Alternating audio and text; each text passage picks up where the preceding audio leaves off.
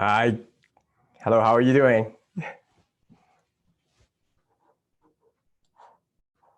Can you guys hear me? Yep. Hey, good morning. Good afternoon, Scott. Afternoon. Are you busy right now? Me? Are you in British Columbia right now? I am, yeah. I'm trying to hear you guys better. I'm using another mic today. It is a wired mic. So we'll see how that goes.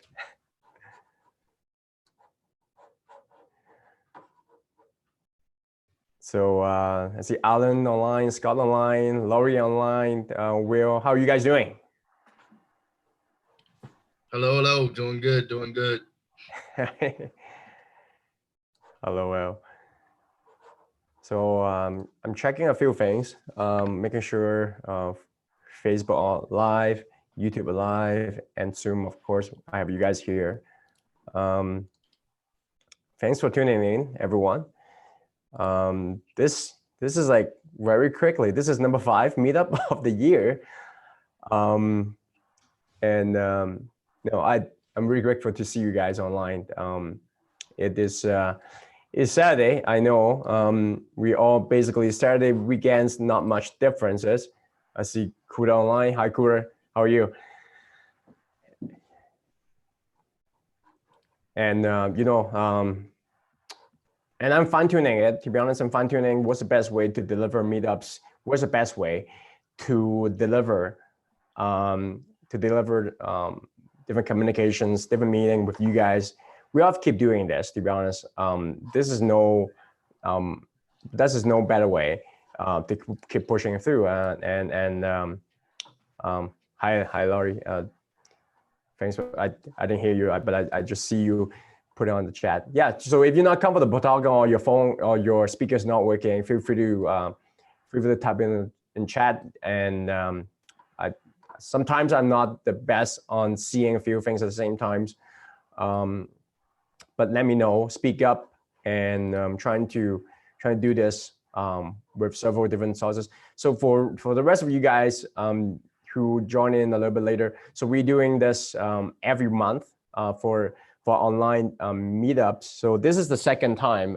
This is the third time since March. That March I have a last minute cancel changes anyway, that I was doing it on live and physical, not live Facebook, on live or live YouTube or anything, but physical meeting, in-person meeting.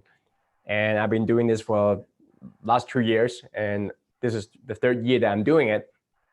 And it's strange that that we have to move it to be online, but I think more or less we are getting used to it slowly. And here we are.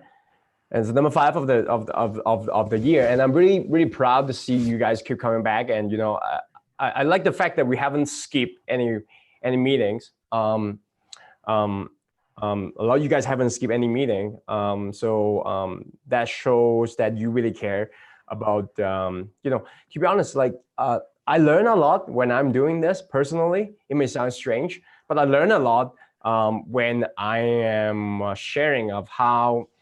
Because a lot of this is like I have to put it in the slides, I have to put it into resources in such a way that I wouldn't be, I would just do it and I'll review other documentations, but I wouldn't be organized in a way that I can share. But I'm really grateful. This is a great opportunity to see everyone's online and healthy and safely at home. And I think as our economy slowly growing up, opening up, and the world slowly opening up, and we're gonna find that we'll keep doing in different capacity, right? And keep in different capacity mean that some of the meeting will be still in live meetings. I'm personally, I don't know about you guys, I personally die to go out to meet people, because it's just so much easier, and so much easier to see all you guys online in real persons, and that have that person-to-person contact. And whether we have to respect the 2 meters rule or not, like we will do that and whatnot. But I find that is such an important part of a human to human in-person's contact, that we create the relationships. Online you can do it to a way, and a big part of it is, we're so new to this. So you guys able to see my slides? I've last time one of the meeting I forgot to share the slides. So you guys see me okay on the slides and see me at the same time? Yep. Yes. Fantastic.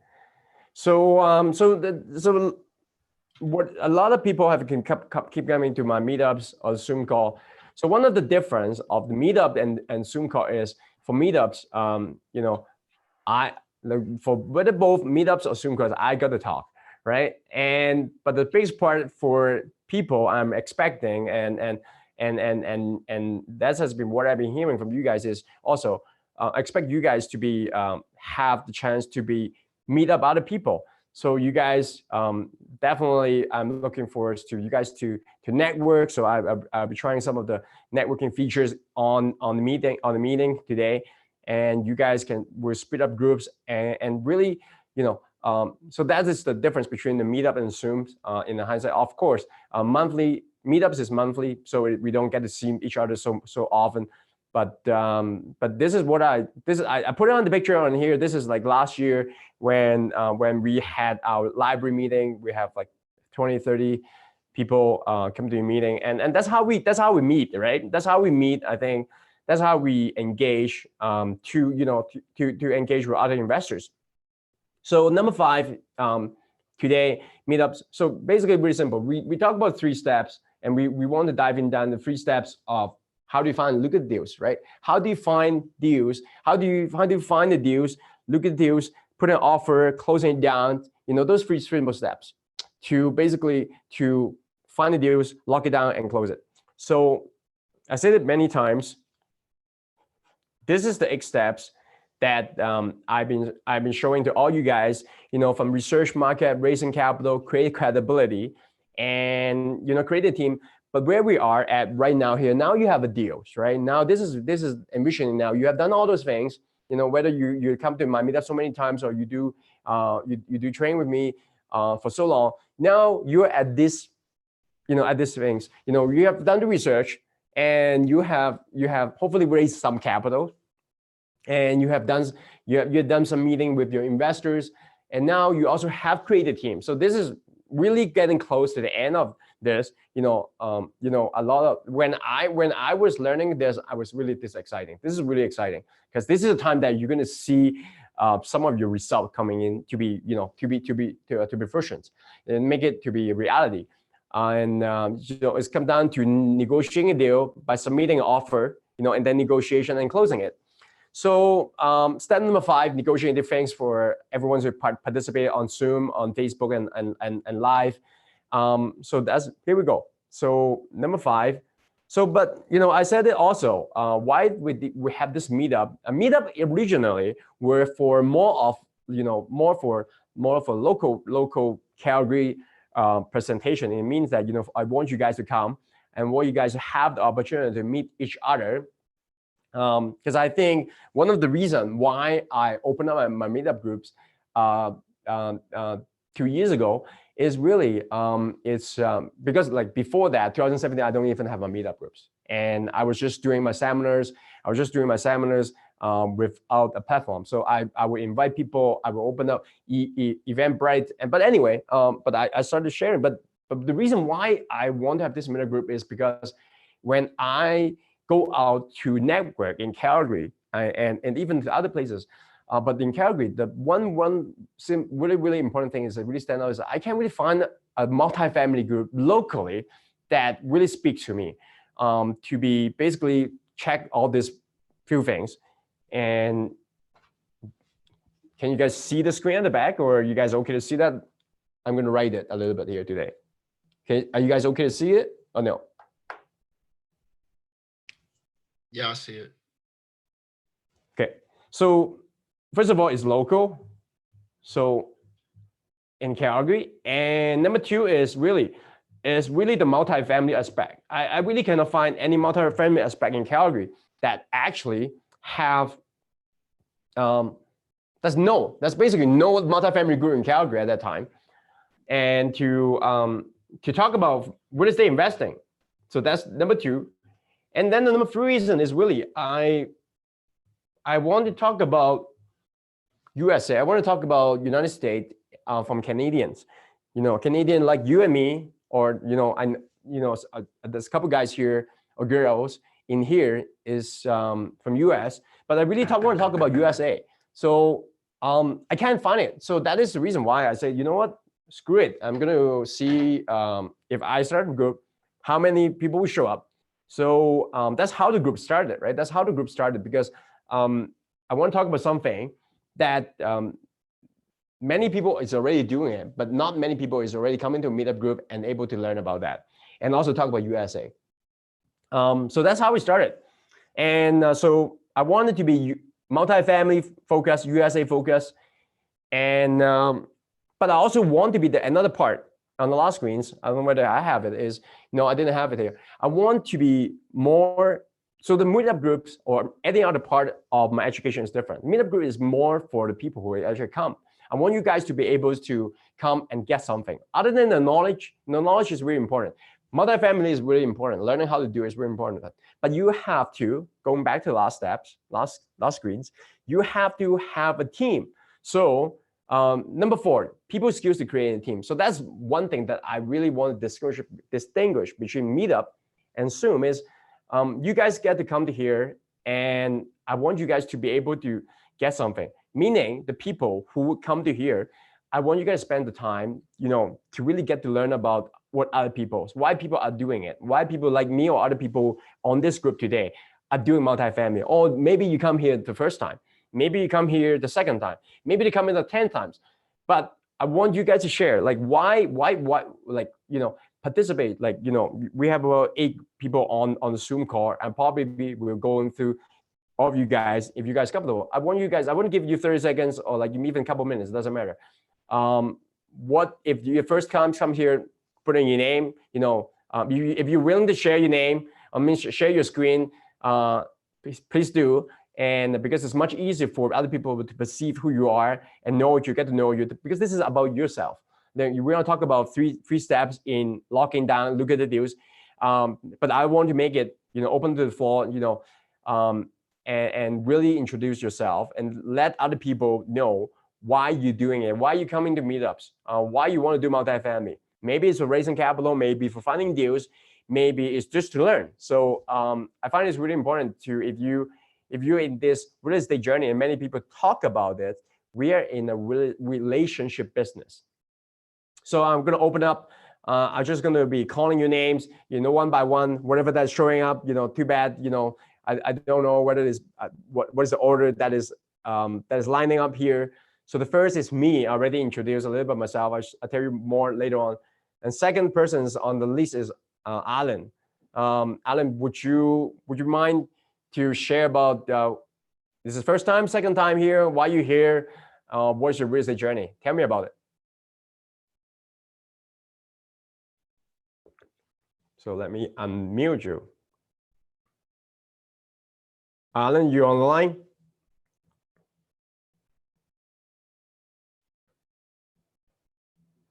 Okay, let's skip to, because I don't think Alan's going to speak, and I'm not going to wait for it. So let's go to Kuda.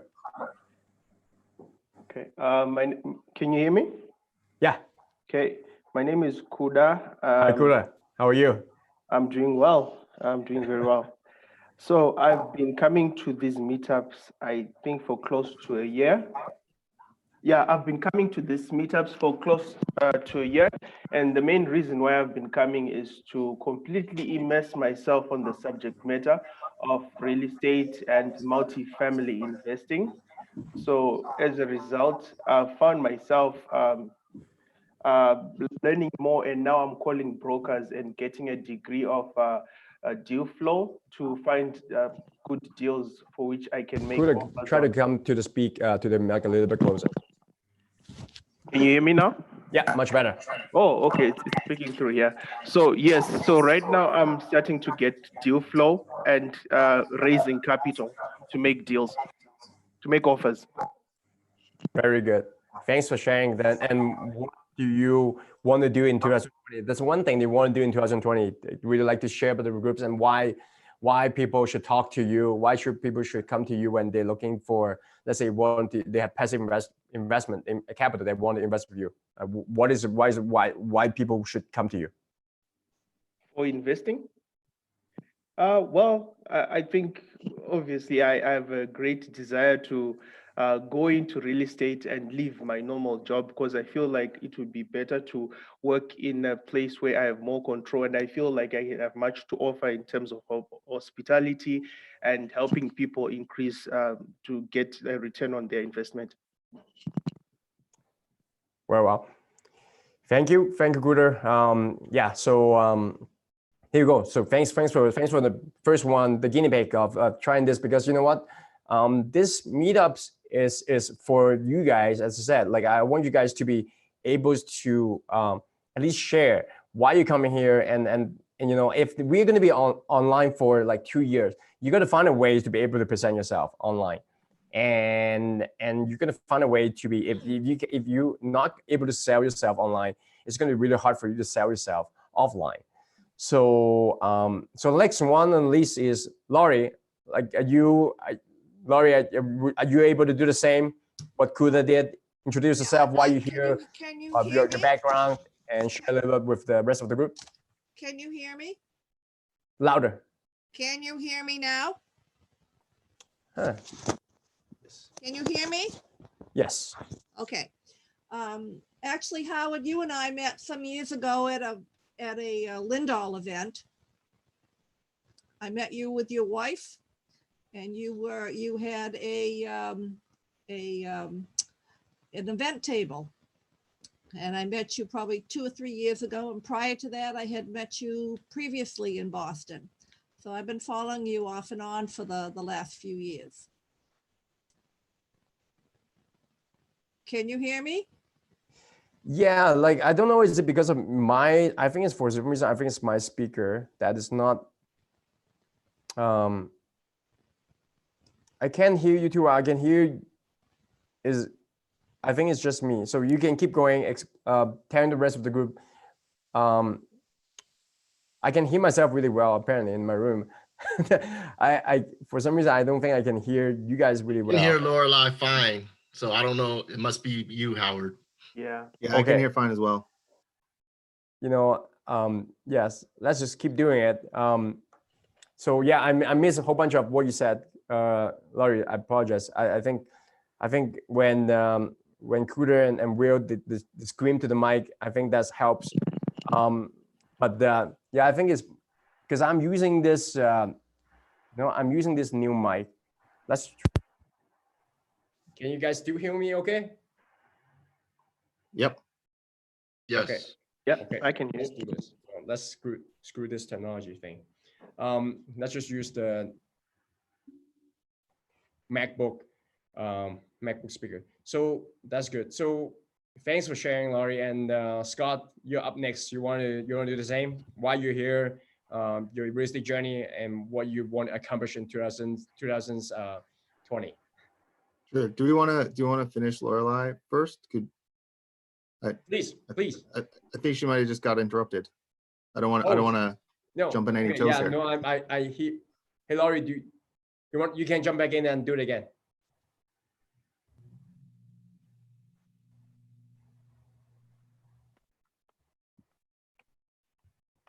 Scott, you can come in. Maybe not. Okay.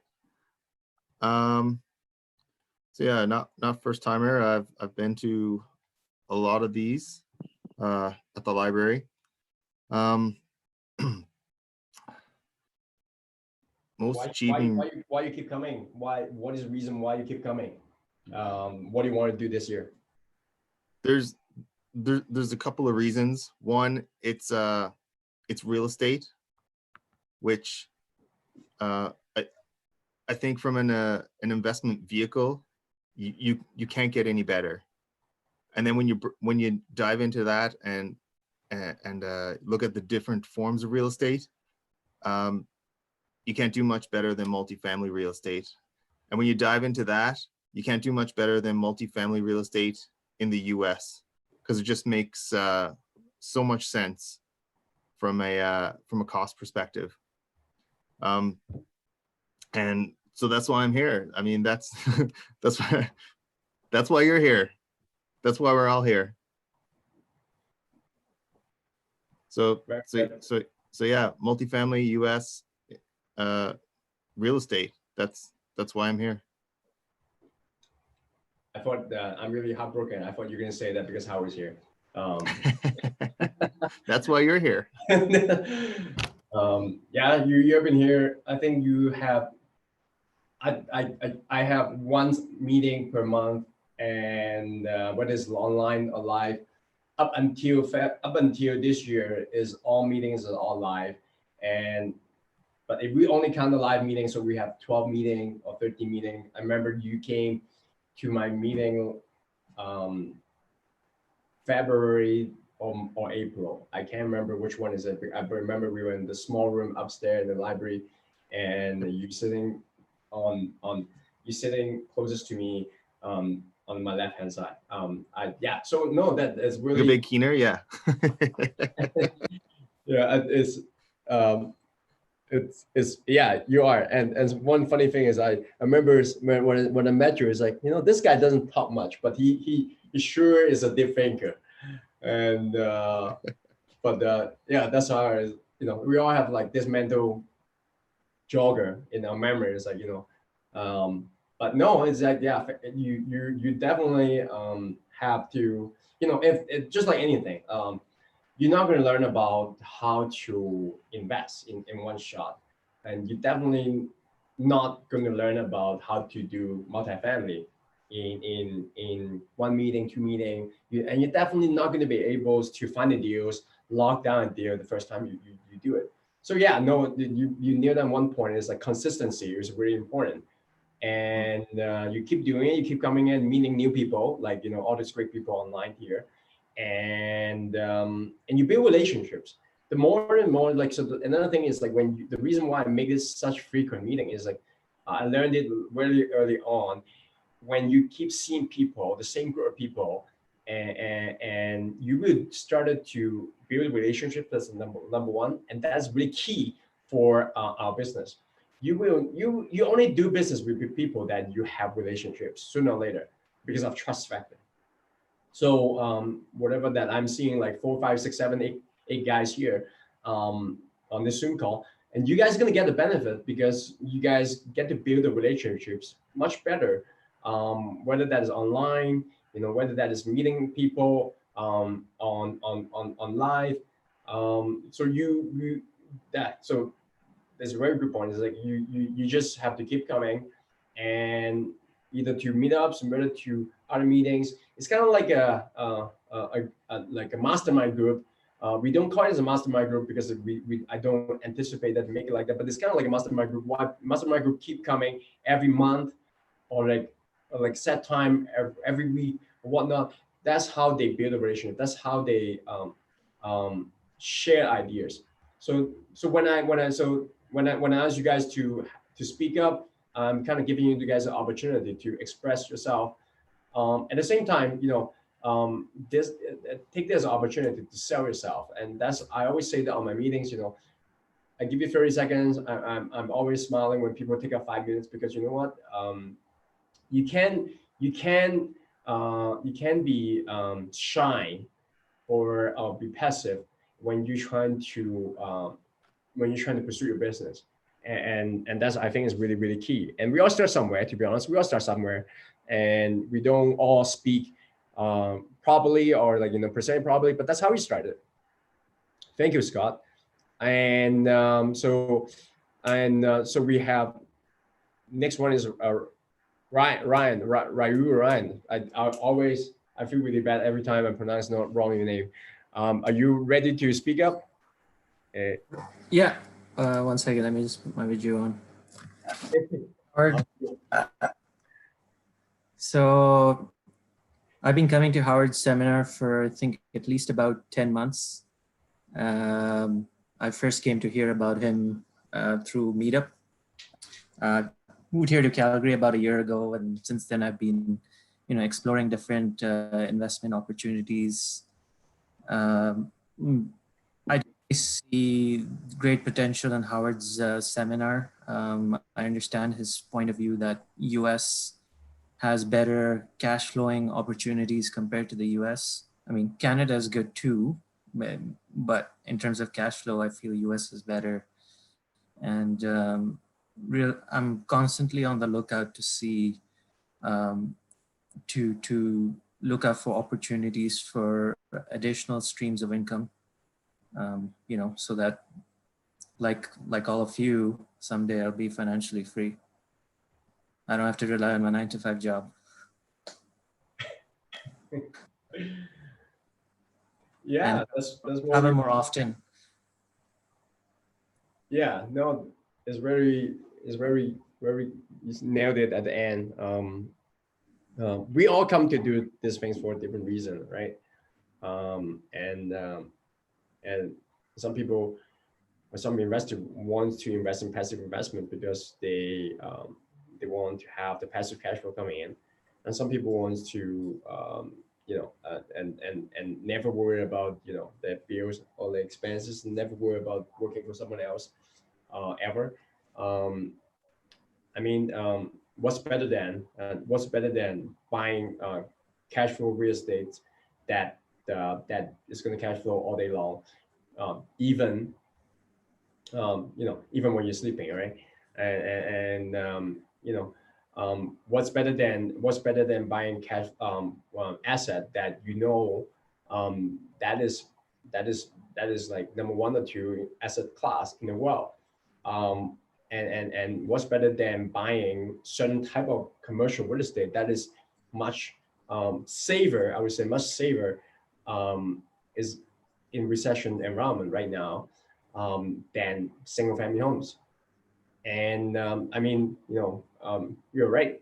We are here trying to learn, trying to leverage, trying to master the skills of really buying in places that have the cash flow ability. And I mean, why go back, why we choose US, right? Because you can find property, can cash flow. And while if you're doing the same thing in Canada, you really going to be talk about 2, 3, 5 times more expensive, and the rent coming in is not 2, 3, 5 times, so maybe double times, or maybe 1.5 times. I mean, that's why reason doing it. So that's the market size things. But why we pick multifamily is I see it when 2008, I wasn't in the multifamily market, but I see people talking about it all the time. If you are investing in real estate, you really have to explore into in the multifamily, or like multiple stream of income. Basically comes down to that, because you're more safer, and in terms you have multiple tenants, and in fact, like I like it happens to other people properties, apartments. It happens to my properties, and it happens to the deals that I'm seeing right now. It's actually there's more people renting. Like there's actually more people. My property managers sent me a video on the weekend, so a weeks ago, 4 or 5 days ago. So he sent all our all landlords, I'm one of them, a video. So basically saying there's more people renting right now, and while we are all worried about real estate, it happens on 2008, to be honest. But I wasn't firsthand witnessing it at that time. It happens on that time too. People during bad times right now, we all we sell real estate, we sell our homes and move into rentings, right? I mean, you have to like is one of the it's such a boring thing, real estate is such a boring thing that you either can, that's a like, what is the necessity? There's one of the necessity. You have to have something to eat, you have to have something to breathe, your air, you have to have water, and you have to have internet now, according to the World Health Group or whatever, and you have to have a shelter. You have to have somewhere to live. You know, if you're selling a home, if someone's selling a home, if the homeowner sells a home, they have to move a place to live. So that's why I say it's so boring. It's so boring that, you know, people keep looking at the stock market, people keep looking on Bitcoins. And, you know, I don't get me wrong, like, you know, don't stop looking, but that's only a few things that's actually not going to go away. As soon as we have a body, we still need a place to live. So, thank you, Raul. And I think we have that's, oh, Shine, you want to share like your real estate path? You want to share about why you come to this group, why you come to meetups? Yeah, sounds good. Howard, can you hear me? Yeah. Okay, sounds good. Yeah, so I've been attending Howard seminars for a couple of years now. Not since they were at Starbucks, but since they were at the library, which is a huge, that's a huge milestone step in Howard's seminars. And I like it because the investors that come are not like your beginner investors. Like most of the people that come, when there's 30 or 40 people attending those library seminars, actually have real estate themselves. They might not be in the US, might be a couple properties in Calgary and stuff. And the next step is for them to go to the US. And so that's what's awesome, is the networking is really good. It's like quality investors, quality people. So for myself, I have a couple of rental properties in Calgary, looking to get into properties in the USA, specifically multifamily, just for like the benefits that Howard and Rahul already touched on, which is cash flow. The fact that when you have one vacancy, it's a small percentage of the total overall population of residents in the multifamily building. And so that is way better than single family. Where I sit right now is I have capital ready to deploy, and I'm open to all different types of investments. I'm not just looking at US multifamily right now. I'm also looking at stocks to diversify, and those types of things. And I like 2020 because I think this is going to be a good year to create wealth. And that's what I like about 2020. Did everyone hear that what Shine said, that he's ready to deploy his capital? So you guys, like, that's the reason why I, to be honest, have meetup group like this, because you really don't know where's the next investors. And you really, and the thing is, the first time you're going to talk to an investor, passive investor, is not going to be first time, most likely, but not the first time to raise the capital. But that's where you started. To be honest, that's where you started, and that's how you are. That's how you started. So thanks, Shine, for sharing that. You've been looking, and I agree with you and share the same point of view with you, that 2020 is the best year that I can see anyway. In such that, last good year, I think, was 2008. That was a big, every time you have a big crash, and you will have a sudden change of transfer of wealth, sudden change of transfer of wealth. And it happens the last time, and it will happen on this time. And if not already happening, it is such a big thing that is, people need to actually see, because it's already happening right now. When people sell their homes, when people sell their real estate, when people lose a lot of money, lots of money will lose, when you see literally stocks drop like a cliff in 2 weeks or like whatnot, then that is the time that there's massive transfer of wealth. When you're seeing all the businesses close, and basically, when for whatever reason, we're not here to describe, to speculate the reason why they're doing it. The apparent reason, obviously, we all know that. But to really, like when the government and businesses are all shut down, I was trying to, by the way, I was trying to buy a Mother's Day gift. Like, if anyone, like, including, like, raise your hand or like just shout it out. I have a really hard time to buy a Mother's Day present for my wife. And I was going, and that probably be the reason is probably I'm really late in shopping online, but it's really tough to even find something to buy. And you know, that's what we're seeing. And even when you're trying to spend money, you can't.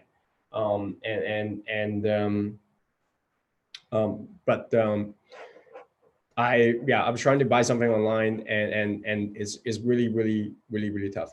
But anyway, thanks for sharing. I don't think I missed anyone on the Zoom. Whoever that's on live, jump into the Zoom call, because that's how you get more out of the group, by talking to groups here, talking to people here. So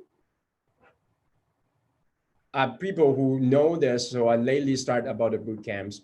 So the boot camp is really the settings is like, apart from meetings, apart from Zoom and meetups. So this is the time that a few guys here on the Zoom, knowing that we spend 3 hours, 6 hours, 9 hours, and through multiple days on diving into different topics. So this year we have started on underwriting, and we are midway in the underwriting. So we are going to do, by the way, guys who are coming to the groups, and we are doing it on the 23rd.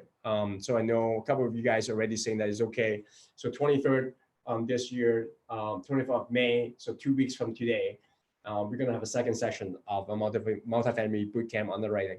And then we're gonna talk about money raising on June, money raising capital, and how do you attract capital, so to speak? How do you present yourself in effectively to investors? How do you create the money raising machine so that it is so-called more attractive than to, because I've been there, I've been having so much hard time to talk to investors. So this is the bootcamp for people who want to raise capital. And then on September and later on the year, we're going to talk about micro research and finding deals. And later on, we'll be closing. So today we're going to talk about closing. And so want to go through all of you guys here. So anyone who buy real estate, knowing that offering is something that is a really interesting thing. Like, I still remember this feel long time ago. Still remember the first time I buy my first property. And this is like, I want you to go through that. What is your emotion that you're thinking? Like when you first, I remember when I first buy my properties, I was very nervous. I was very unsure. And whether you're buying single family or multifamily, it's the same. You don't know whether you leave a lot, you still have money left on the table, right? And you just don't know the whole process because it's just so much. I remember one of you guys, one of the mentoring sessions, like, tell me. It's like, Howard, how do I know there's so much going on? You know what? I also don't know. When I was first starting to buying multifamily, there's a lot of steps, a lot of underwriting and due diligence, and just massive number of things that you have to master and don't forget to do. So it's nervous, and am I ever prepared? And the question is no, but we're about the wrong building. It's just some of the few things, right? But today's topic is about submitting offers and negotiating and securing the deal with PNS. So why I'm keep doing is, some of you guys may be thinking, why I'm having some of this topic talking over and over and over and over again. This is the real answer to that. In order to breaking it down to the 8 steps that I showed in here, this is for normal people to basically start from single family. Some of you guys may be starting totally brand new, by the way, haven't bought any piece of real estate. But anyone who's trying to master this, from finding a deal, raising capital, researching, all the way to closing a deal, this is a massive information that you have to learn, you have to master. And usually, give or take, if you are doing this for full time, you would do this in about a year. Meaning then that you keep looking for deals, meaning then that you keep looking for capital, and all this kind of and this kind of broken down into X steps, and you will need a lot of reminding, learning, learning, and rethinking. And that's how I keep doing this, because you know what, it's a lot of things that even because in the learning job, an hour or an hour and a half, there's no way that you can be mastered on, let's just say, the submitting offers.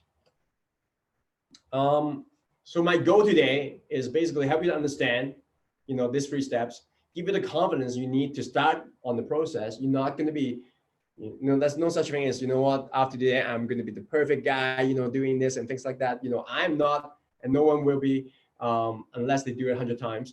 But really have the confidence to start walking on this process and become better negotiator. And so we've done this earlier. So your name, your business, why you're here. Thanks for sharing, all you guys. And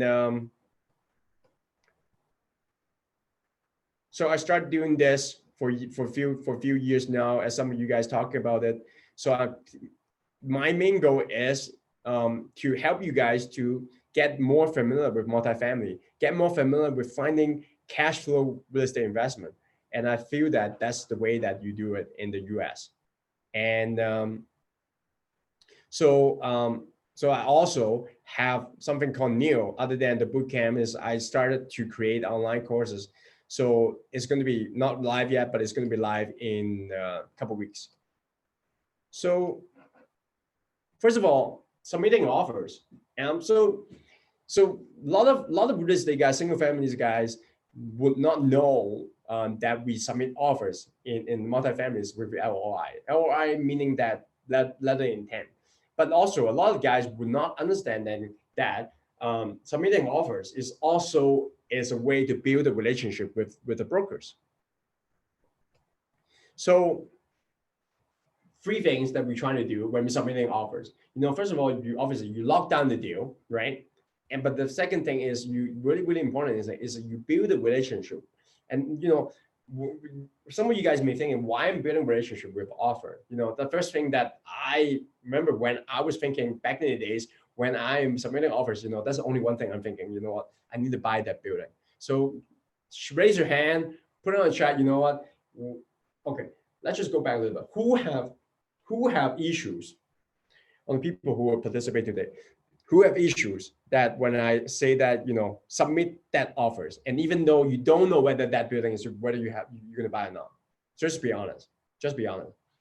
Just be honest. Let me know if you have issues with, you haven't done the whole underwriting process. You haven't done, you've done something, but who share me that if you have issues with, submitting deal. Submitting offers. Raise your hand. Just be honest. Because if you can't submit offers, you can't buy a building. Is it true? If you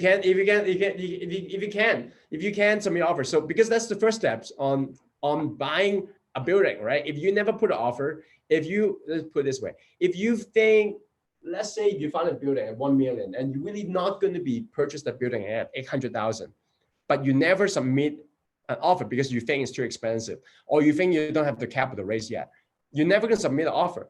And when the problem of never submitting an offer is, I didn't know this, and quite a few brokers actually, they brighten up my days by telling me, why you never submit offers when I'm starting? Like, that's actually the questions. Or they would give me signals as is like, I really don't want to talk to you, Howard. I really don't want to talk to you. They don't literally say that, but all the communications, they signal that, okay? And they will basically say something like, why don't you submit offers? And deep down I was like, this is my communications too. It's not important what kind of communication they give it to me. It's very important how do I say that communication to myself? Okay, I'm say that again. It doesn't matter what they tell me, on the words, but it really matters on when they tell me that, why you're not submitting offers. Do I understand why I'm not submitting offers? So it's come down to 2 things. We have fear that we don't have raised the capital yet. You're number 1, right? If we're buying just come down to this, very simple. If we're buying the 1 million building, $1 million building, we need 300,000 for deposit, for down, for closing. Is it fair? right? So if you haven't done the work to raise the capital, so you're going to be fair, right? But what I'm telling you is submitting an offer is a part of building the relationship with the broker. So if you never build a relationship with the broker, it's an egg, chicken and egg. So and because when I'm starting it's definitely chicken and egg. So I need to find deals, but I need to find the capital too. But I haven't lined up the capital. But how would tell me that I need to raise the capital, but I haven't have a deal? Anyone's gonna have this kind of like juggling, like or like internal struggle in your mind? Who have this internal struggle in your mind or within yourself? Just be honest, because I have. You guys all good? You guys all raise the capital and you never have the struggle, and you guys come on guys. Sure. Come on guys. I love it. Thank you. Yes, because I have the struggle. Yeah. Because I literally thinking of like, shit man, I definitely haven't talked to enough investors. And I sure know that thanks Lord, raising capital can be a challenge. By the way, and it is a challenge if you keep avoiding that task. And if you know that you need to raise capital, and you're going to be putting all your energies in doing the task, and you won't be scared. You will be less fear because you're tackling the task. So yeah, no, it's so, but we're not talking about raising capital here today. We talk about submitting offers. So long and short is this is what I'm giving to you. You have to submit an offer, even knowing that you don't have the capital ready. Okay. So let me say it again. Even if you don't have the 200,000 or 300,000 in your bank, you have to act like you're ready to invest. So, because otherwise you will never get deals. Keep coming your way. So let me say it again. Even though you know that you don't have the capital ready to close, you need to start putting in offers. You need to start putting your ROI. Even if not gonna submitting, even if you're not gonna sending it out, you need to start practicing your writing your offer and do underwriting. So, but the thing is this: the brokers, I'm gonna tell you, I'm giving you this information. The broker know that when you submit an offer, it doesn't mean that you're going to be absolutely 100% going to buy it. They are not doing this the first time. You are doing it the first time, most of the time. They know that when you submit an offer, it is a part of the report creations, relationship effort, so to speak. It's a way to see how are you going to move the first step or no, So, but I'm not even saying, but I'm also not saying that, keep putting offers, never move a bit in raising capital game. So, but this is actually true. When you start submitting offers, you're going to yourself, a couple guys are really, really honest, and the rest of you guys, maybe not thinking about this or not thinking about this right now. It will help you to keep moving your money raising effort. If you're only talking to one investor a day, maybe it will move you to talking to a few investors per day. If you haven't talked about your potential investors about the fact that you are looking at investing in US or investing in multifamily, this will help you to start moving, the necessary actions to start raising capital. But submitting offers, to be honest, is a relationship building effort, and it's a necessary step. And that's the first thing. Because why is that? In order to submit offers, you have to do a few things already, right? And you have to know the underwriting quite a bit. You have to know, you have to already talk to the brokers, mortgage broker, right? That's how you come down to nail down the debt service part, right? Hooters know that. And so you already have to talk to mortgage broker. You have to talk to your team, what price, your top property managers. You have to already see the properties. So that's why it's really important. It's basically get my ass moving. If I'm not submitting offers, meaning that I'm not doing much to get to that point, it's a way to reminding myself that, if I haven't done all those, remember, go back to here, to the X steps. If you haven't create the team, do the market research, do the analyzing, and do the diligence. and creating the massive deal flow with your brokers and talk to investors. So negotiation, this is number 7, negotiation, make offers. This is basically really close to the end of this, of the whole process. It's reminding that you have to do all those things, right? And that's why when you push yourself to put in your offers, you're going to be make sure that you reminding yourself, I need to talk to investors. So this is a step-by-step process that makes sure that you do those things that's necessary to buy. Because, the last step is to buy a multifamily. But if you don't do those fun things, not only not going to be able to find the investors or harder to find the investors, it's going to make you harder to be proficient on from the knowledge perspective, from just knowing how to do it perspective.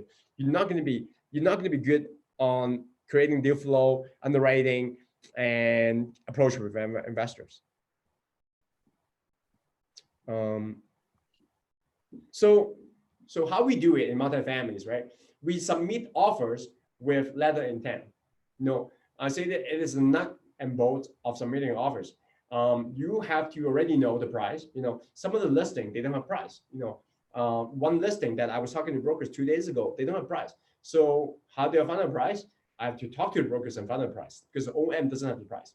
So why they don't put the price on the OM, even though they knowing that they already have a price expectation from the seller, because they want you to call them, right?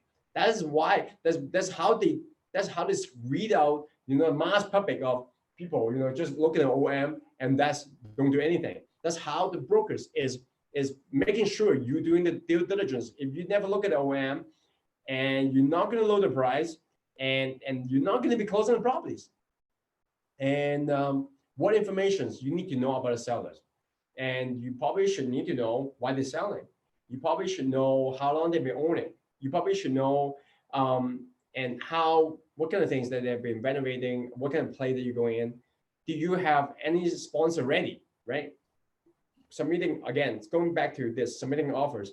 You already have done many of these steps already. Have you have a sponsor ready? And if you don't know, people who doesn't know what is a sponsor, ask me. This is your chance, right? What is a sponsor? And have you submitting the deals to sponsor, right? If you're needing to buy that buildings, and you don't have enough equity, you don't have enough, you don't have enough liquidity, and you don't have enough net worth, and have you connected the sponsor? Have you do the work to connect to the sponsor? Do the sponsor know about the deal, right? But you only need to do all these things. You only be capable of doing it. You have to underwrite the deal first and get the property management to walk through the building first, and all these kind of things. So when I give my students, I tell them you have to submit 2 offers a week, and there's a reason for that. Not only because when I start doing this, people tell me you have submit so many offers a week. Is a way to make sure we do all those things consistently, weeks in and weeks out, because our day is really busy. Everyone's really busy, and submitting offers. So next step is negotiations. Do you know why they're selling it? Why is it really important to know why they're selling it? Because they may be, I give you another example, another listing that I saw. The seller have a property, and the property is in the Ohio market. Last year, they have a big tornado storm, the biggest tornado storm in the history of last 50 years, And so the building that I was looking at is actually, one of the building got torn down, and basically, I forgot how many units, but I think it's one building with 6 or 8 units, basically complete decommissioned. And the insurance company give the sellers $400,000 check, and they haven't done anything about that. So do you know the reason, right? That's basically when you ask the seller, ask the broker why they're doing it, and which is a necessary steps when you submit offers, that, okay, then probably that's going to be, for maybe 20% of the unit is not making income. Even though we say that multifamily is really good in cash flowing, but you have to make sure that's still about 70%-ish, to be able to cash flow. So that's important information. It's in the motivational seller. I find this all the time by talking to brokers when about submitting offers. Why they're selling it? Another chance, and another occasion is the seller is telling me, oh, they're selling it because there's two there's two partners. As also another information for you guys, people partners to buy things like this because it's big. So on these deals, there's two partners. They are separating their ways because they go in and for whatever reason they were together and now they're not together anymore. They want to part way. Usually it's because of different opinion on how they want to operate. By the way, it's good for you guys when you have motivation seller, whether that is divorce, physically between husband and wife, or divorce between partners. Are they motivation sellers? Are they because losing cash flow? So you need to get to know the story. And the only way they get to know the story to be able to move past the LI stage is basically do all those work. And that's why I'm pushing you guys to do it, right? Brokers may tell you, maybe they tell you or they don't tell you the truth story. So you have to figure it out. Is there any deferred maintenance? How do you find out is it really deferred maintenance? Easy. You get your property manager, so you have a team, right? You get the property your property manager to drive by, and by the looks of outside, 9 times out of 10, you get a sense of what kind of property is that. So who already have a broker, already have a PM ready on your market? That's very important. I say that on the Zoom call last time. They're the free workers for you even before you're gonna give them any business, right? So you figured out there's any deferred maintenance. Why is it important? True story. When you buy a deferred maintenance property, and you may miss that, okay? You may miss that. I mean, we may miss that on the negotiation process because you haven't looked deep enough. But when you're about to close it, the bank will not miss it. The bank meaning that they will give you what I call immediate. So it's called immediate. So when anyone's trying to close a multifamily know this. When you go to the bank and they will not tell you before you close it. But when they close you, just about to close it, or even after closing, that's the worst time. Then to get it, it's called something called immediate repairs. Again, immediate repair, meaning that the things that they have to get you to fix. So in fact, if they give you, after you closing it, where are you gonna find the money? Where are you gonna find the money? It can be fixing the parking lot, can be fixing the roofs. So if you don't know that you have to fix that and you're going in, is it on the bank or is it on you or is it on the seller? It's on you. It's obviously on you, right? Because the only one way that you can get away with not doing it is either you can tell the bank, I'm not going to do it, and then probably come back, yes, you have to do it, right? Because I lend most money to you, or you're going to go back to the investors or ask for money, which make you very stupid and don't know what you're doing. Or you're going to be, most likely this will be the case, you're going to be come out from your own pocket, right? Whatever way that you have to. So that's why doing this negotiation is really important. That's why knowing what you're doing in multifamily is really important. You have to know deferred maintenance. Are you making sure when you're doing inspection, are you negotiating enough? Then that's why I put it in the negotiation process. If you didn't negotiate deferred maintenance budget that coming from the sellers, or you can't do that for whatever reason, then you're not going to have the money ready for this, right? Negotiations. Do you have a mortgage broker lined up? This is really very, very simple. In order to put an offer, whether you say that, my student asked me, what is the percentage? 20, 30%. Of the deposit money. Why I'm giving you the 20, 30%? It's like such a wide range. In fact, if I don't know your finance, I would tell you it's between 20 to 40 to 50. Does it help you? It doesn't help you. Why is it doesn't help you? Between 20 to 50% down payment, including closing and whatnot, it doesn't help you and your investor because your range is so high. You really don't know where's the return, right?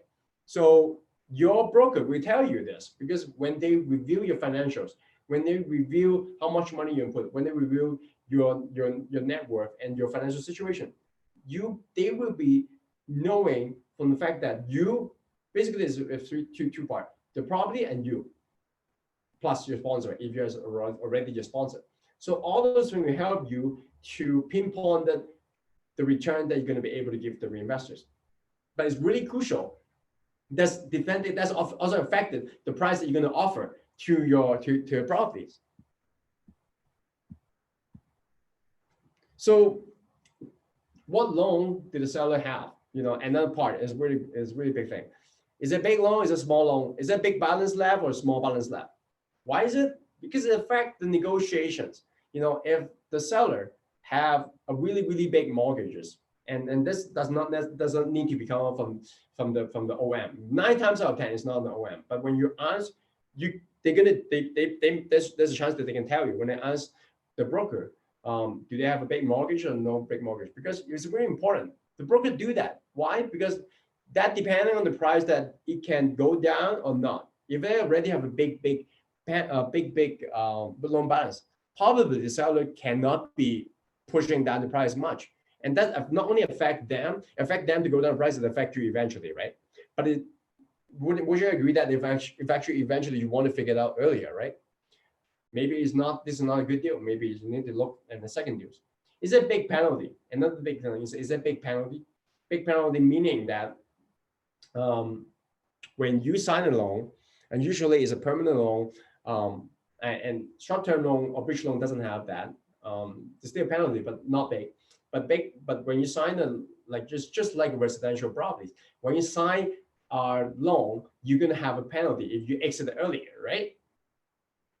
If anyone's buy real estate know this, and in commercial they call it yield maintenance, basically maintaining the yield for the investor. Usually the investors, I'm talking about the bank, right? The bank is not using their own money. The bank is using the bond market or the other or like a mortgage money in the bank to basically service your loan. So they have a commitment when they say it's 5 years, 7 years, 10 years. They have a commitment to make sure that when you're paying them 4%, 3%, you are making sure the money is working continuously. Because every time they're going to deploy the capital, it's going to be costing them money, right? Because when we move around, the high people need to move that money around and keep getting the same yield or return, same thing, yield or return. So so is it big penalties? Come back to, if it's a big penalty, is it assumable? What is it assumable? Can you assume the loan, right? So you're gonna figure it out. You can figure it out. So what have you done on the property? What have they done on the property during ownerships? Have they done new renovations, new windows, new HVAC? What have they done? Because it's gonna affect you when you get a loan as well. The bank may ask you, you know, they haven't done much. You need to do it. If it's value add, have they done any testing or proof? Have they done, or they just, when the broker, this is really popular. When a broker tell you, and I like this. When the broker is telling you is whatever properties, when they tell you they can increase the rent of $200 per month per rent. I mean per month per unit per door. Have they done the testing? Or they just telling you that? Have they done the testing? I would take the one that's already tested all day long. Have they done 1 or 2 units already? Have they already done 5 already, or like 5% of the property already? That's really important, right? Otherwise, they can tell all they want. They can tell you $500. It doesn't matter because it's not proven. So, what is the current occupancy? It's also tell a lot of things, right? What is the occupancy of the rent? I mean, occupancy of the property. Has it been just suddenly comes up? So all these things you have to know in order to basically move on to the negotiations. And now, let's say now you're very good, you have the accepted offer. Now we're all excited, like me at the beginning, like you're all excited, but at the same time, it's really scared because now I need to get everything ready, right? So now I have accepted the offer. So what I'm going to do, right? Now you need a PNS. You know, now you need to get a lawyer to start a PNS. Do you have your lawyer ready to drop a PNS? You know, guys, ask question if you don't know what I'm talking about. Okay, this is not a contest to be silenced. So ask me about if you don't know what is PNS. Do you have the deposit ready, right? Do you have the terms negotiated to a way that is reasonable in times? For example, right now, like this, times, like, you know, we talk about This is actually from a broker telling me, because I was trying to put an offer, and the broker tell me, realistically, you're gonna need to be 6 months to 9 months, 6 months, 9 months to close it, and time like this. So when you put an offer, is your term reasonable? Because you're not gonna need to give yourself time to basically, we are in lockdown situations. No one can inspect the properties for you, right? And depending on where you are in the market is, and meaning that no one can do the appraisal, survey, inspection, property managers, all these kind of things. So, and of course, you can't even fly there. So your term is your terms reasonable? Or you're gonna say, Howard, I'm just gonna wait until everything closed. Sure, you can wait, but you know what? The opportunity go to people who have done the work now, and I see it all the times. And I cut it to 5 stage of closing because it's just so much work in terms of closing. And one of you guys last time when we were doing one-on-one call was like, Howard, it's like, how can I fucking do it? This is crazy. It's crazy, by the way. When you doing closing, I don't even know how people do closing if they starting a new without anyone helping. I have someone help me, and I don't think anyone should go through one of this closing all by themselves, because there's so much things you can miss. But basically, the first stage is LOI, letter of intent. So we talk about briefly. And second stage is purchase and sales agreement. So we put in actual contract on that. And then next is due diligence period, and pre-closing and post-closing. We spend a little bit of time talking about this today. So we talk about P&S, and we talk about due diligence. To talk about LOI, which is letter intent, and then second stage is purchase and sales. But I put all this detail on my online training. And the first stage is due diligence. So due diligence is broken down to physical, financial, and legal. And physical is basically comes down to, have you do your physical inspection? What have you done? Do you have a checklist for that? Have you walked every single unit? And what do you have to look for? And how do you do it, right? And who's supposed to be helping you to do it?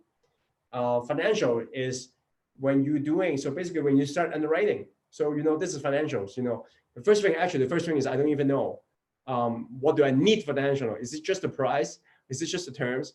Is it just the income and all that? What else you need, right? Have you got all those things, expenses and income? People come to my boot camps, know this. You have so many different items on income and expense.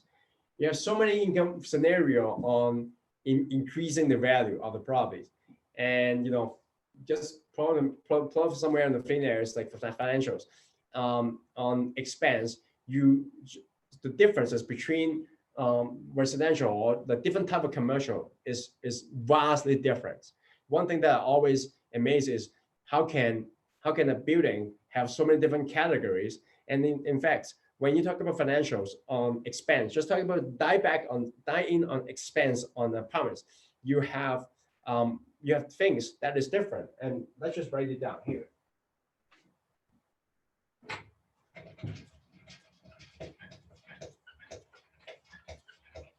You have income and expense, right? You have income and expense.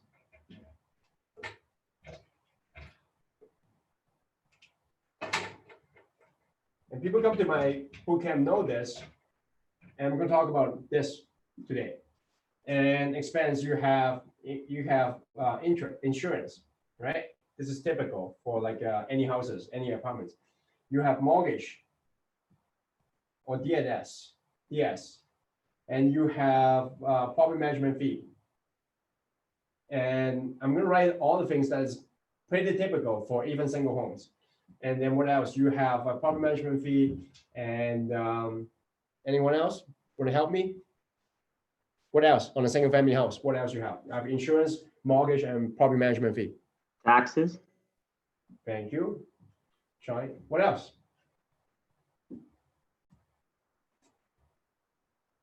That's it? Utilities. Is it Utilities. utilities? Yes, utilities. But utilities. Sometimes you pay, sometimes they pay, right? What else?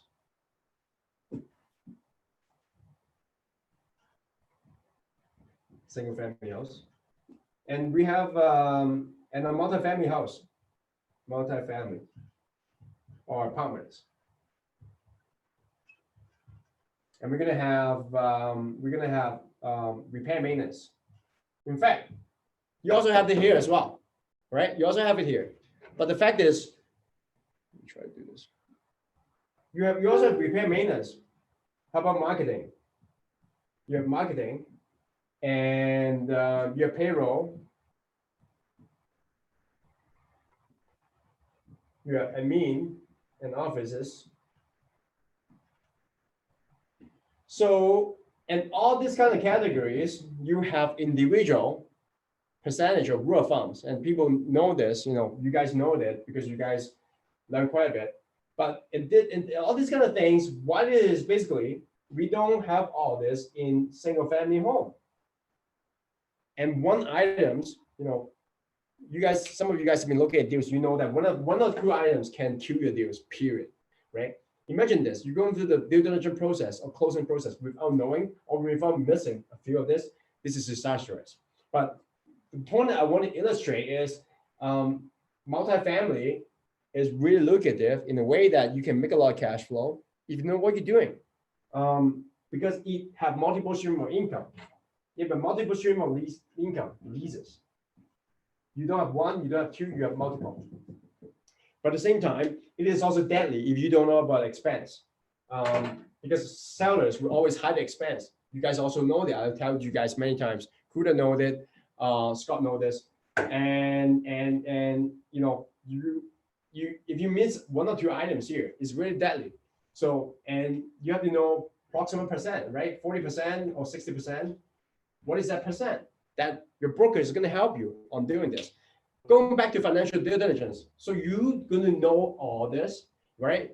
But by the way, underwriting, you should know already. But now when you're doing financial due diligence, the jobs you're doing is, I don't think I go through the closing with one of you guys, but the jobs you need to do right now is you really have to check each one of them.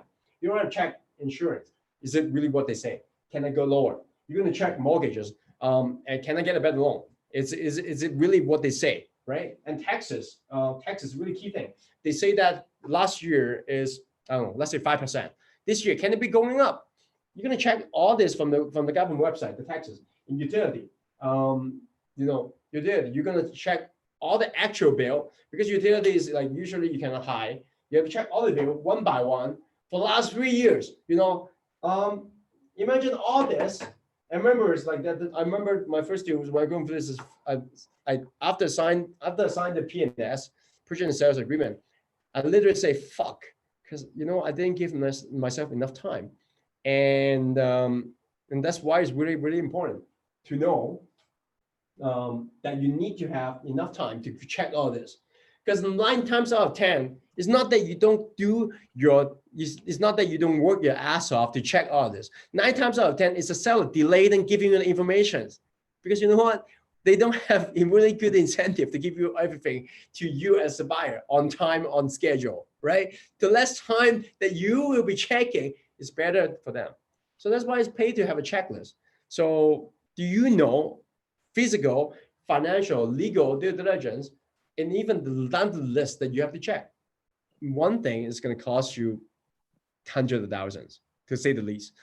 And then moving on to pre-closing.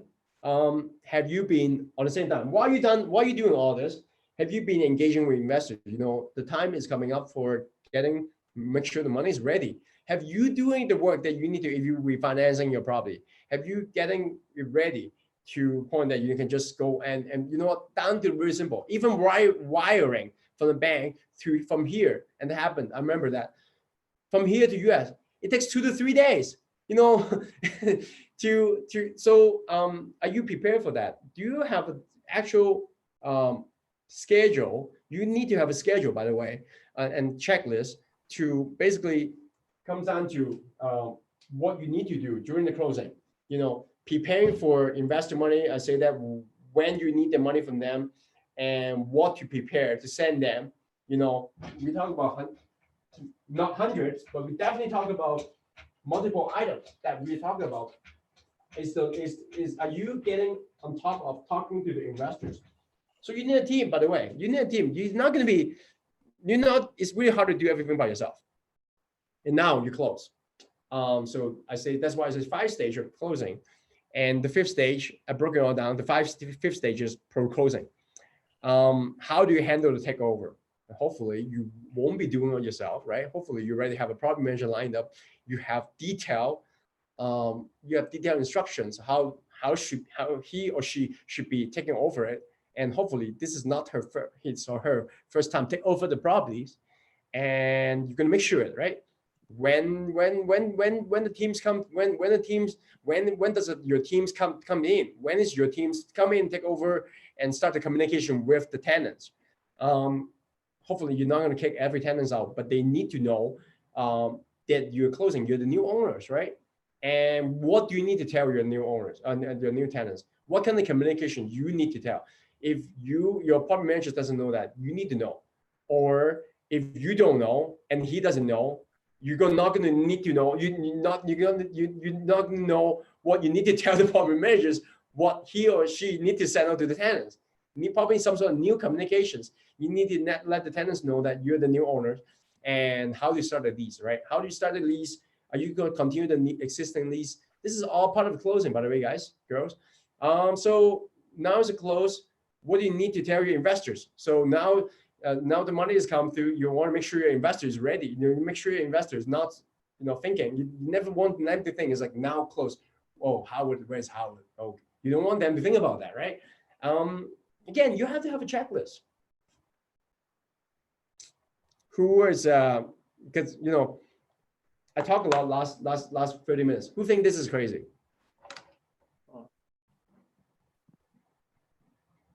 You guys all good? I think this is crazy. When I'm first starting, I don't know about you guys. I have someone to show me, and I have access to someone who have done this, have hundreds of units, and I still think it's crazy. I have my team. I have my property management team. I have my lawyers. I have my money guys. I have my property managers, and I have what else? Yeah, but I still think I have my managers. I still think it's crazy. It's a lot of things to go for first steps. So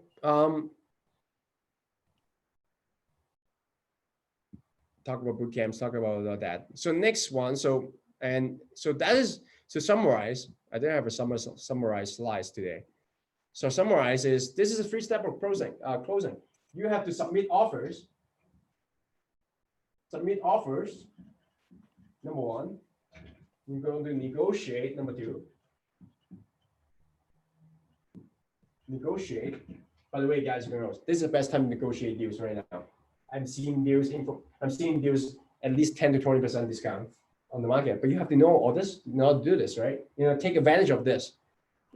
Submitting offers, negotiation, number 2. Number 3 is to close it. So here we are. We have the 3 steps of how do you do this, and multifamily sounds really easy. In fact, it's not. I don't think it's easy. There's a lot of things you can easily miss a couple things, and it's going to cause potentially a lot of grief, like a lot of stress, questions. Yeah, I have a couple. Great. Love All questions. Right. First one's quick. What did you mean by the whisper price? Did you mean that they just didn't post it? Mm-hmm. Yeah. Yeah, just non-posted price. Okay. Yeah, they say market. They say to be determined by market. Yeah. They okay. actually would say that on the OM, on the property package. Yeah. Okay. So earlier you were saying, okay, so even if you don't have investors lined up, start putting in LOIs. But what's the repercussions of that if you don't get investors lined up? Besides the obvious of, you're going to have some pissed off brokers because you can't close a deal. Yeah. Well, or are you just saying just use that as the motivation and just get it done? Well, the fact is, so there's not exactly that, even though I give you the hint of, of that.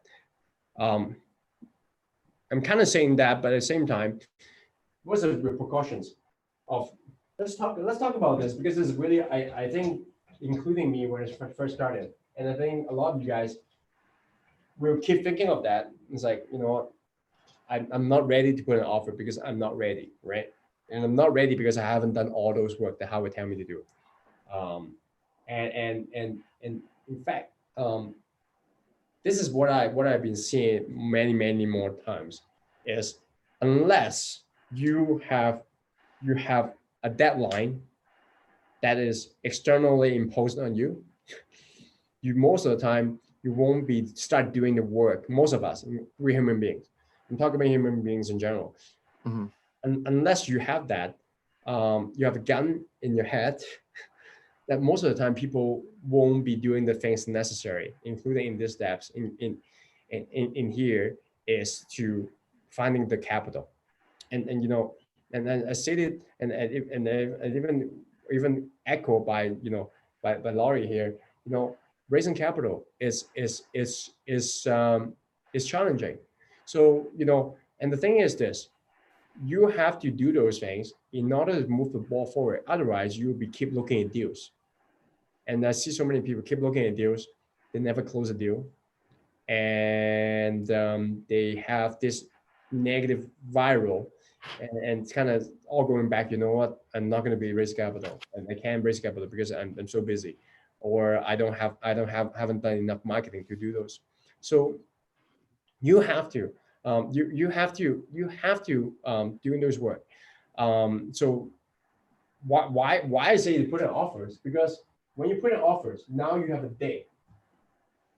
I don't know whether it's 6 months or 3 months, right? So you have 3 months to 6 months. That can be a lot of times. That can be quick.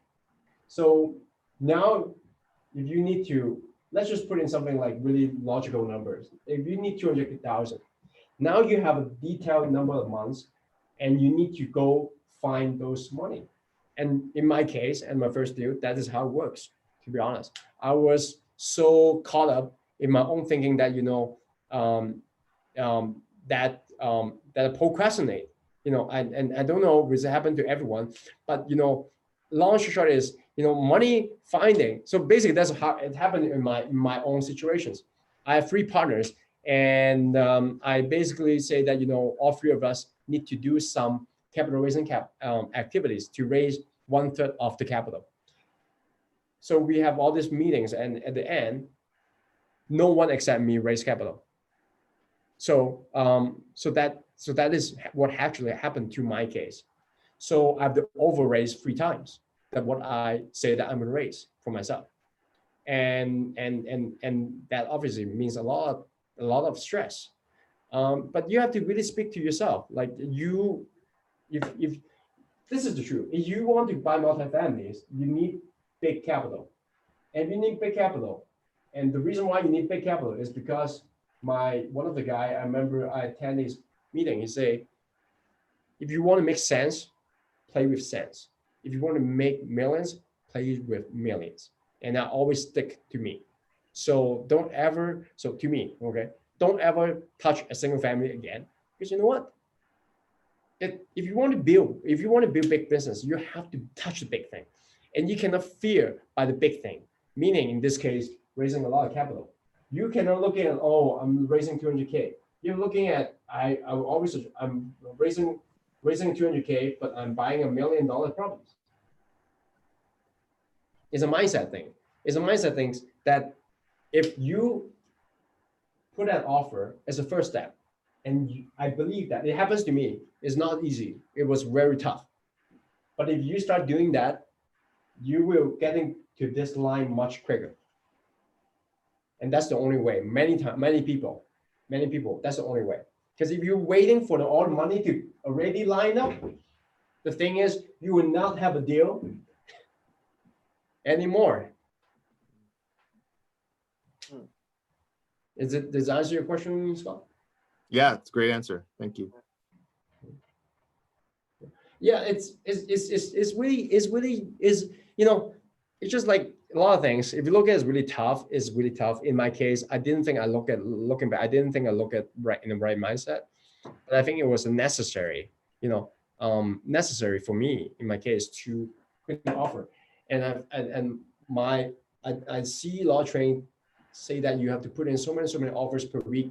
You know, I think I look at it this way is the way to keep the ball moving. You know, you say the repercussions of not closing the deal. So so repercussions, depending on what you set up on your PNS, right? Remember, LOI is not your actual contract. PNS, purchase and sales agreement, is your actual contract, right? Yeah. Depending on what you stipulate in here, and PNS can be written in whatever form that you want, as soon as it's agreed by the seller, right? Mhm. Yeah. And you can say you can say that you can get all the money back, and you can say that, yeah. But with precaution, obviously, if you find it on the midway that you haven't have the money to close it, you already spend some money in doing the closing costs, right? And those are real money from you, right? If you're already investor doing it with you, the chances you're not going to answer investor to chip some of the money that is not going to give them any return. So come Yeah. back, you're going to be paying some of this, right? Mhm. Or most of it, I should say. Yeah, so that's the repercussions. You could lose the deposit and you can lose the closing costs. The worst case is lose both, right? And if you come to close line, you didn't have all the money to close it and here, well, you could lose deposit and you can lose that. But that's why having a team is so important. It's make the raising easier, right? If the raising easier, it makes the work shareable, much more easier. I would suggest anyone who's buying something like really, like the work to close a 20 unit to a 200 unit is almost the same. I'm talking about the closing process. So it makes sense to go bigger and have a team. It sounds easier. I know it's not like absolutely easy to do, but it is true. It is true because I see money. I see people will I see now I'm getting into business for sometimes I see people we reject deals and don't. This is actually funny, but I share with you. See, people will not want to work with you because your deal is too small. Because your deal is too small, and the small meaning that 1 to 5 million is too small. It's it's true. If you look at loan and looking at from US, and they have got some Freddie Mac, and Freddie Mac, they have something called small loan program, small business loan program, SBL, something like that. And the definition of that loan is 1 to 5 million or 6 million, I forgot.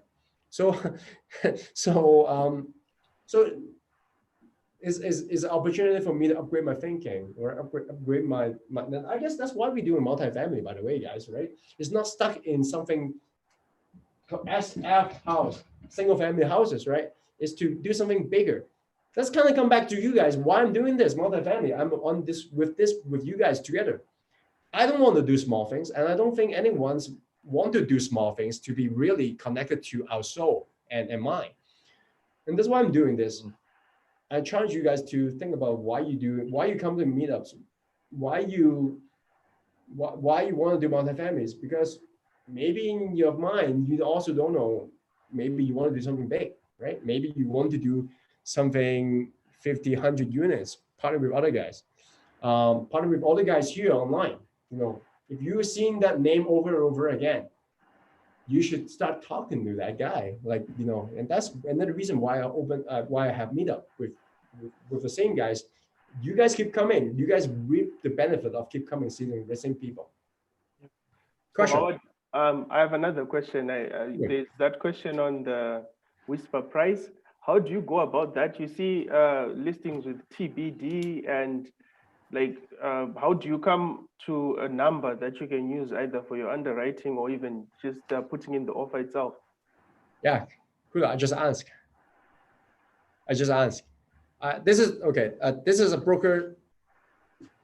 So I'm Howard. I'm an investor. Yeah. So Peter, you're the broker. Okay. Yeah. So I just did that once yesterday.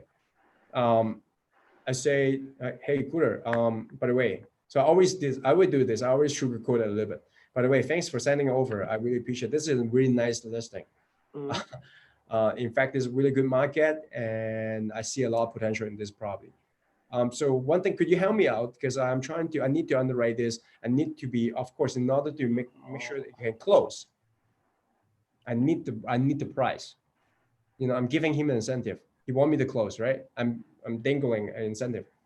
Unless you don't want me to close, unless you don't want me to offer, which is not what they want to do. So he have to give you. So basically, 9 times out of 10, he will give you. Okay. Yeah. So yeah, so at least that's the listing price. There's always a listing price. Always. So the situation is this: the seller on this, when we have something called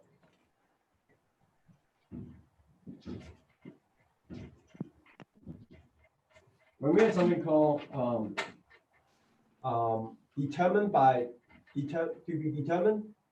the market, it's usually the seller doesn't want to reveal the price.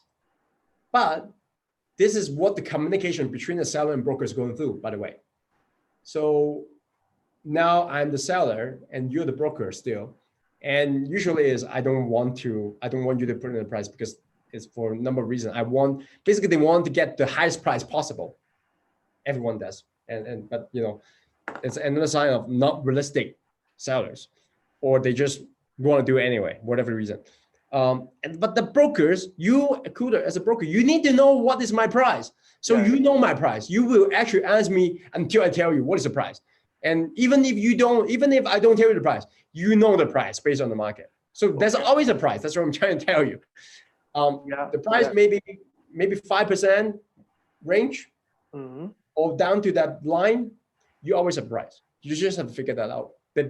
So basically, that's the whisper price is risky terms. That means whisper. You know, don't tell anyone. Oh, okay.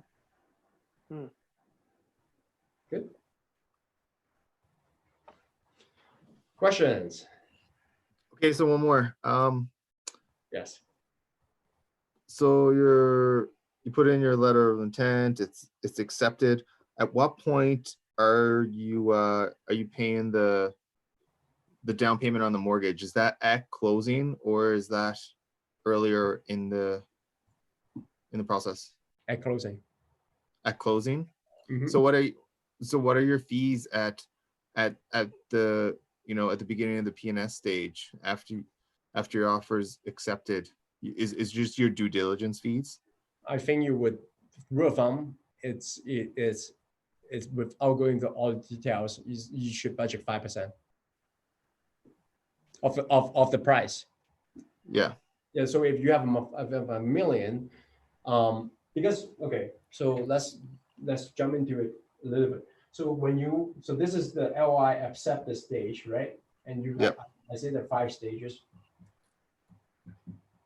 So just 1, 2, 3, 4, 5. So if you're moving along deeper and deeper, this is closing. You're gonna spend more money because you at the beginning you're gonna do the physical, you do financial, you do the legal, and they are not always exactly. They will all happen in order for close. But if you engage a lawyer gonna charge you, right? And could be usually it's a burning rate, right? It's not exactly science, but it's also not exactly just intellect. So your lawyer is going to start burning depending on if it is like all the way to here, it's burn 100%, right? Same as sometimes like in a way, your survey guy maybe start from here, like after, let's say you need the survey to be done, make sure your title is all good. Mm-hmm. And it's done, right? Even if you don't close it. And it depends on what few things, but 5% is a pretty good pretty good mark without knowing everything. So at the end of this, you need to make sure the 5% is you have it. So if it's really close to here, some of the things you don't even have to do. I mean, you don't have to give ahead of time, put it in escrow. Then your 20 to 30% can pay for it here. You know what I'm saying? But it's good to have 5%. And I should back it up. 5% is you only need to pay 5% if you don't close it. Because the 5% should be a part of this closing, right? Yeah, right. So to answer your questions, you need to have the fund ready. But if you close, if you've done your work with your investors, the money should the money should come to here and give it back to you. You're gonna write the check, or if you're not investing your own money, you should get a check. Okay. Yeah. So I'm curious to know about that point where you had done the PNS and then you found out like, oh shit, like, did you pull out? So could I say that again? What do you mean? I'm curious about your example when you had done a PNS and then you started to realize some other things after the PNS. You pulled out, eh? Did you pull out? No, not pull out. You only want to pull out if the things you find. Let's say you find something really big thing, you know. Let's say you find out your tax is 3 times so much. Actually, I did pull out on one of the deal 3 times. And so the question is, do you want to get in a deal for like next 5 years and get stuck with that paying 3 times the taxes? Or do I want to lose that? Because I was in here. Now I was above 30% if I have to put a mark. I was I think 15K ish, if I remember. I've done some inspections, some engagement with lawyers, and then final. So I pull out because I rather to eat this than to deal with that. I'd rather to eat this than to bring my investor into a bad deal. It's not only a money thing. Is a bad deal is a bad deal, right? Yeah, makes sense. Yeah. But that's why it's so important. That's why it's so important to do all this and up right here. Do as much as you can, right? And make sure all the checklist is done. And some of the things, so due diligence is protect you and your investor in 2 ways. Protect that you miss something, that you check that, protect, and then also protect. Another thing is if the seller intentionally try to hide something, if there's something on the title, intentionally hide it, and they're not going to share it with the brokers, right? Brokers usually would not go for crazy thing like this. But if the seller intentionally hide something, then you're going to find out. And I don't know, maybe you lose 40K, 50K, 30K, big money, but you rather, I'm pretty sure, I don't know about you guys, I'd be way more comfortable losing that much money than going to lose $500,000 and bring in all my investors to lose all the money with me. Yeah.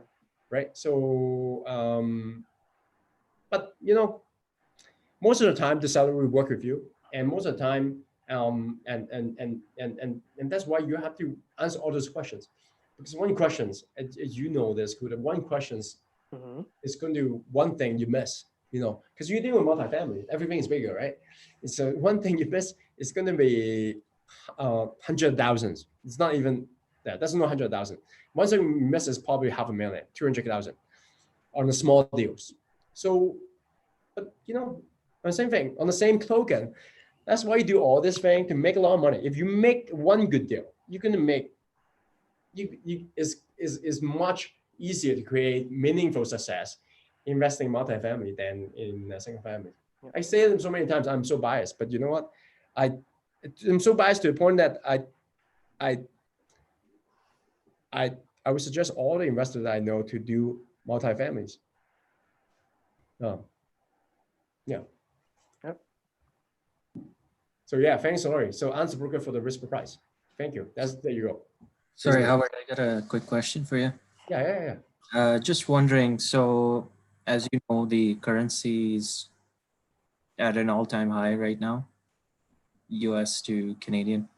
How does that factor in your decision as far as the timing is concerned?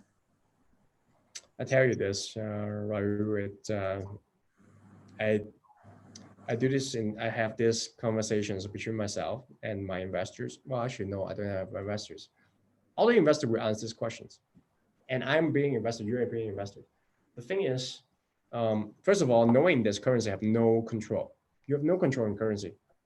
And same as you have no control on coronavirus. Yeah. Same as we have no control on the oil price. I have no control on oil price. I guess half the people in this town still working in oil and gas.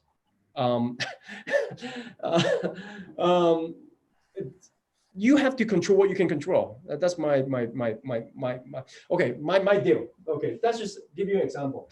My deal. You can only do currency hedging when you're doing survey, by the way. Some people, you know, my wife's company is the 5th largest oil and gas company in the world, without showing the name. 5th largest, something like that. So they are at the 90 billion market oil and gas company. So they have hedged currency, but they worth 90 billion, okay? Yeah.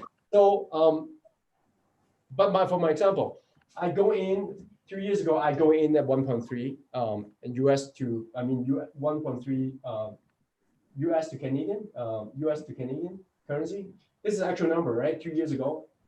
Yeah. And of course, the currency during 2018 to 2020 is going to go, and we're 1.4 now, I think. Yeah, 1.4. So for all my US investor, it doesn't matter, right? It's the same. They pay US in the US. For all my Canadian investors, which I'm about to exit them in about, depending on the loan, how I'm doing it, depending if I'm successful doing it, but they're getting 10%. Yeah. And it is, of course, it's not intentional, right? But I'm going to brag about it, right? I'm going to tell them that there you go. But the thing is this, we human beings want to be able to control everything. I think we can only control the things that we can control. And I, to be honest, I did the same in 2012. 2012 on my single family deals, and I go in 1-to-1, even better. And then 2 years later, I think it's something like 1.2. So I make money on that again.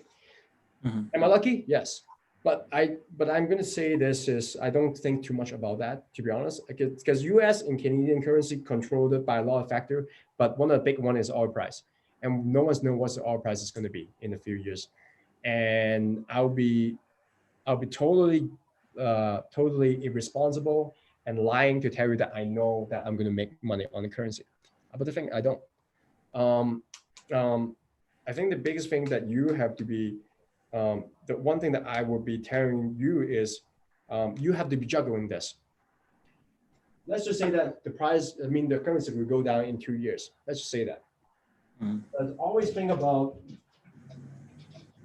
what is my alternative. So if I'm looking at US and Canada, right? And this is a graph, literally, geographically. So I have a currency, CURL currency, and I have the real estate price. I think you have to look at a few things. While our currency is lower, you have to be looking at what is the price in Calgary per door? It's 150,000. Let's just say Calgary, but Calgary is already cheapest, you know that. And what I'm saying is you can't asking the currency question without the consideration of how pricey Calgarian real estate is. And this is probably, I don't know. I'm responsible to tell you that it's going to go up or down. But US, my market, I can still find 20,000. And some people in this group go to the crazy market and do some market research and find lower too. I know, to let's just say 50,000. And I compare those, right? I cannot compare just currency as loan. I have to compare that with the returns. But to be honest, investing in US is not a currency thing for me. It's a thing that if I want to be big, I have to go to US, to be honest, for myself. But it's also acknowledging that, so you bring a point is really important, acknowledging that I cannot control that, and I don't know where is it. But I also will consider other factors. How pricey is that? How much rent I'm getting in Calgary, right? And then versus in US, and rent. I say this: if I invest, I think as a Canadian, I still have investment in Canada, which I dearly want to exit, and I'm about to exit all of them. Are you planning to exit your properties in Winnipeg? Sure. Yeah, I already have exit. Already. I've been exiting 3 years ago since, and that's what pisses me off about Canadians, Canadian market. Be a flat market for the next 5 years. Well, the truth is we don't know, right? And as much as I want to predict, because like this is what I know. If I invest in Canada, I only know right now. And same as you, same as many people, same as most of us. I only know now. In Canada, not cash flowing. In US, cash flowing. That's all I do know now. And in Canada, if it's like corrected I hope it crashed. To be honest, it is not a doom and gloom. I hope it crashed. Because why? Because I can invest in my home. The reason I don't want to invest in my home because it's too pricey. It doesn't make sense. That's my only consideration. Because otherwise, I won't be here, right? Yeah, makes sense. Yeah, and yeah. So that's really good questions. But but the reason why I do this is because cash flow. And the reason I do cash flow because my investor love cash flow all day long. And yeah. So yeah, I guess, minor currency fluctuations from 1.2 to 1.4 is insignificant compared to the cash flow and taking all the other factors into consideration. Yeah, I would say yes. And unless I would say this to you always. If you have $10, don't put all $10 in one bucket, right? And I would say the US and say the thing Canadian and say the stocks. And that's why I guess many people, very smart people, they will put in different buckets. And I think, and I do think commercial real estate, hopefully not office right now and hotel. But I love those assets. I love them because I know they're not going to go away. I want them to crash. Yeah. It's a wonderful opportunity, especially if you don't own it. And say that to you guys, if you don't own it, you want it to crash because if that asset class it can go back up again. Look, it's wonderful. If Vancouver crash, I tell you, I'm the first one to go in. Good. Yeah, perfect. Thank you. Yeah. Questions? No? Okay. Well, thank you for you guys, and